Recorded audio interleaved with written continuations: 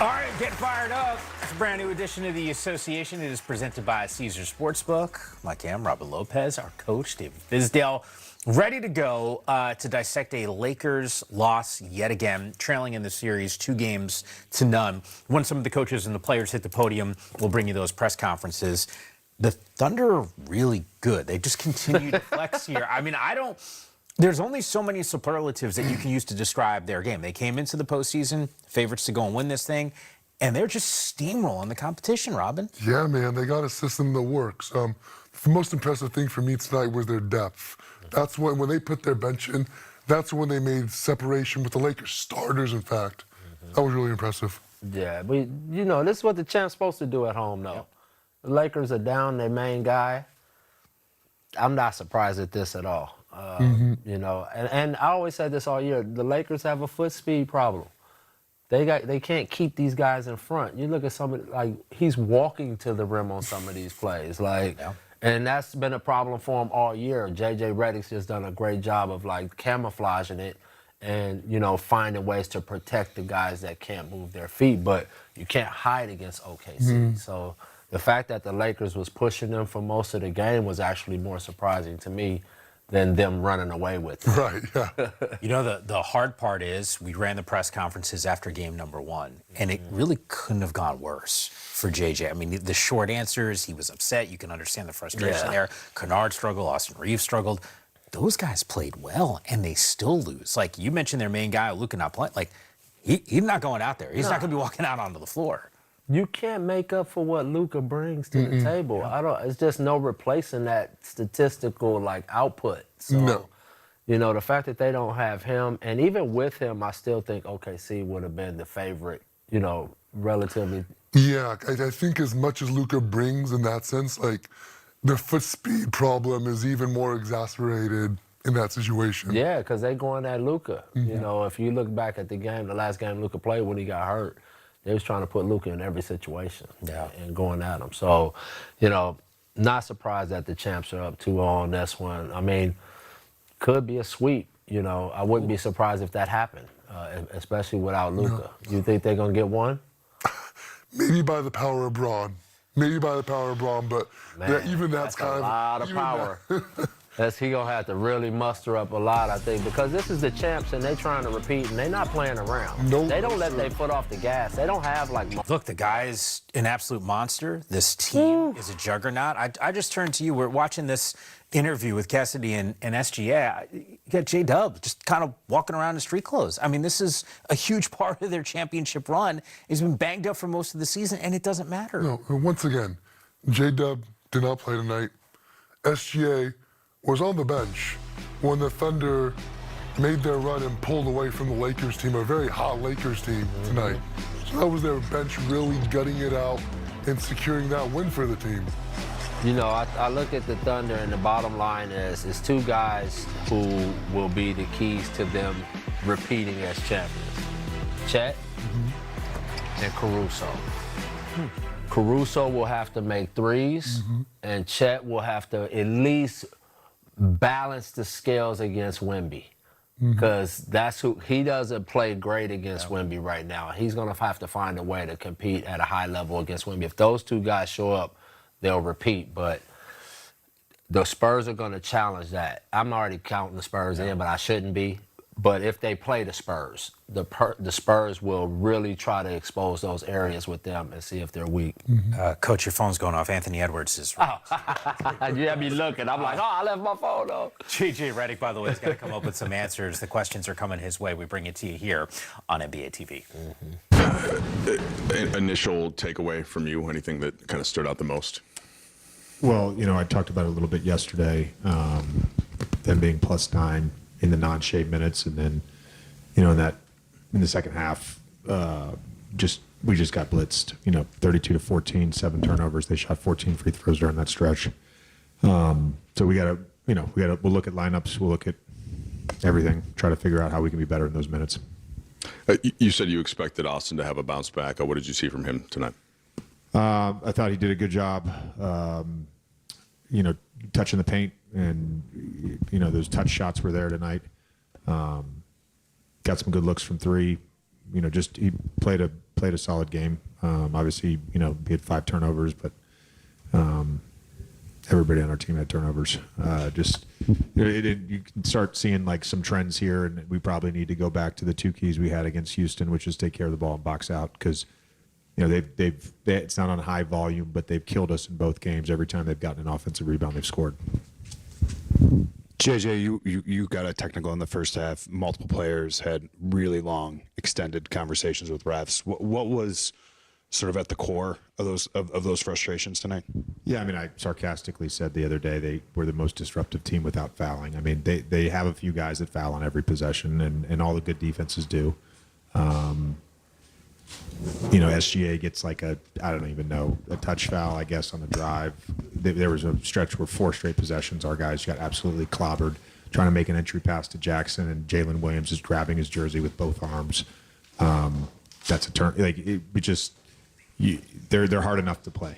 They're hard enough to play. You've got to be able to just call it if they foul, and they do foul. Along those lines, I mean, LeBron has, I think, taken 5 free throws here in 2 games. Have you seen him be like attacking and downhill? And are you surprised he hasn't been able to get to the line more? Well, he gets clobbered on that one, with Jalen Williams coming over trying to block the shot when he spun baseline on Dort. That was in that stretch as well. LeBron has the worst whistle of any star player I've ever seen. I mean, I've been with him 2 years now. There's, again, the smaller guys, because they can be theatric, they typically draw more fouls, and the bigger players that are built like LeBron, it's hard for them. But he gets clobbered, and he got clobbered again tonight a bunch. But that's not like a new thing. That's not specific to this crew or this series. He gets fouled a lot. That doesn't happen. I mean, guy gets hit on the head more than any player I've seen on drives, and it rarely gets called. So, Do you think composure was a factor at all, or do you think because of the kind of the blatant things you're talking about, there's no other way to react than to point out? Oh, no. But our guys were so good tonight.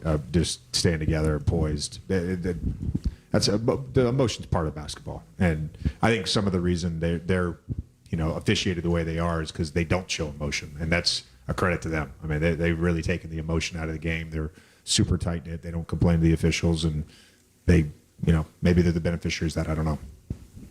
JJ, yesterday you were talking about the non-SGA minutes, how you had to win those minutes or be even. First half you won them, and then he goes out with that 4th foul, 10:53 left in the 3rd quarter, and then I think it was minus 18 for you guys with SGA not on the floor. I know the refs part of that, but what do you attribute that to?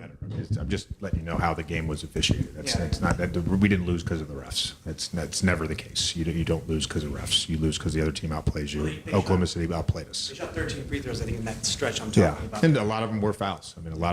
But again, we're not putting 2 on the ball in that stretch, and so we've just got to be better, and we'll look how we can be better on both ends.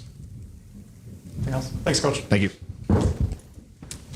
All right, you can hear some of the frustration from J.J. Redick. It's 2 games in a row now where we get that press conference and you can see there's disappointment. There's what are we going to do? You guys tell me, what's the answer here? Because one of you guys mentioned like, hey, maybe we're. I think it was you, Coach, who said, hey, maybe we're talking about a sweep here.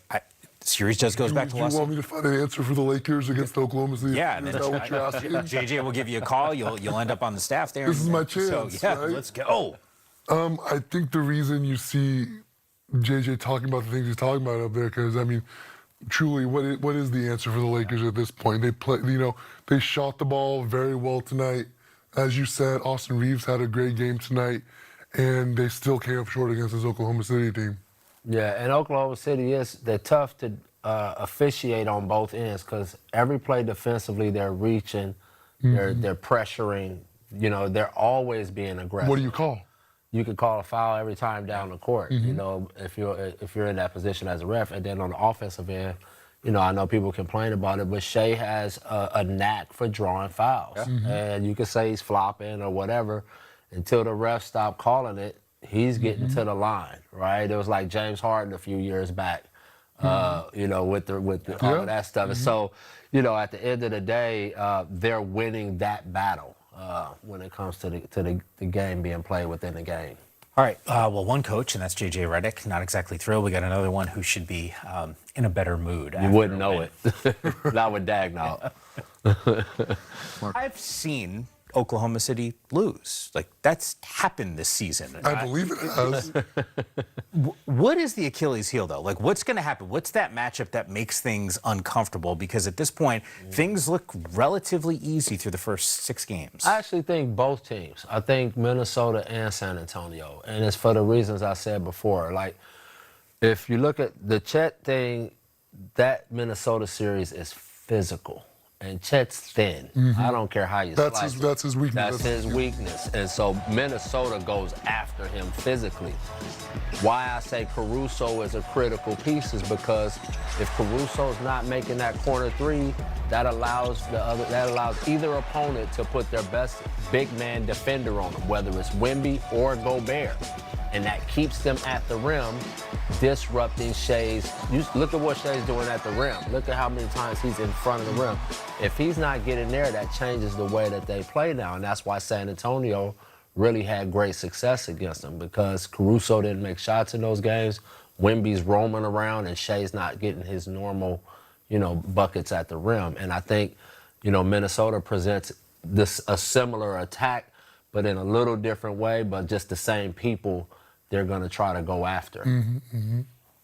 Is there something wrong when you see this team out on the floor that, I don't know, I mean, if you're the Lakers right now, like, how do you attack? Because he's talking about physicality. Right. Like, do you point to Ayton? Like, who are the bodies that you're throwing out there to make things difficult? That's a good question, because I kind of wanted to contrast the bigs on Oklahoma City with the bigs on the Cavaliers team, because we talked previously about Evan Mobley, Jared Allen, how similar they are. But you have 2 bigs, and cumulatively, they may not be as talented as Jared Allen and Evan Mobley put together. But you have Chet Holmgren, who he's kind of like, he's a matchstick, but he can shoot. Yeah. He's skilled, he can defend. And you have Isaiah Hartenstein, who probably not as skilled as the other 3 players, but he knows his role. He's a bruiser. He's a hard-nosed guy who's going to go out there and protect Chet when he's out there. And I think include Williams in that, because he's a huge part of what they do as a big. He stretches the floor. He makes open threes. Like Coach just said in the presser, he's taking charges. He's one of their better defenders. The thing about Hartenstein that makes him so valuable, not only is he, smart and plays the game and, understands his role, he makes that shot right there. That's a critical shot for a big as you go through the playoffs. That shot keeps you in the rotation. If you keep making that little pocket pass floater and making pocket pass sprays out to those 3-point shooters and making those constantly right decisions, making that shot over and over again, it keeps Hartenstein in the mix. And you have to respect that if you're the big defending that. Because otherwise, I'm just loading up on SGA, trying to cut off, 4 or 5 baskets from him. But because Zay can hit that shot, I'm in a pickle now. And he's one of the best in the league at that shot. Like, I would put him in the top 3 of bigs with that touch around the basket, hitting that little 5 to 7 footer.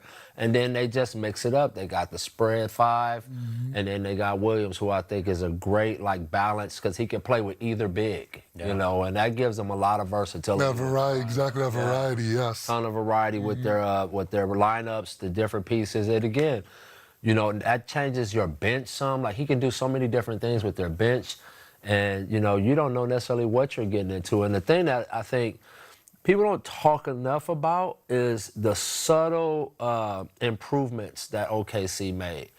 Their backcourt off the bench is a monster. Jared McCain and AJ Mitchell, oh my goodness. It's like, I'm not surprised that they played better than the starters. They took the lead up, because that is a legit backcourt when you talk about dribble, pass, shoot. Like, these guys got all the skill sets that you need to be impactful players, and they're fearless. And so, they don't talk enough about those things that Sam Presti did when it comes to the draft and it comes to trades.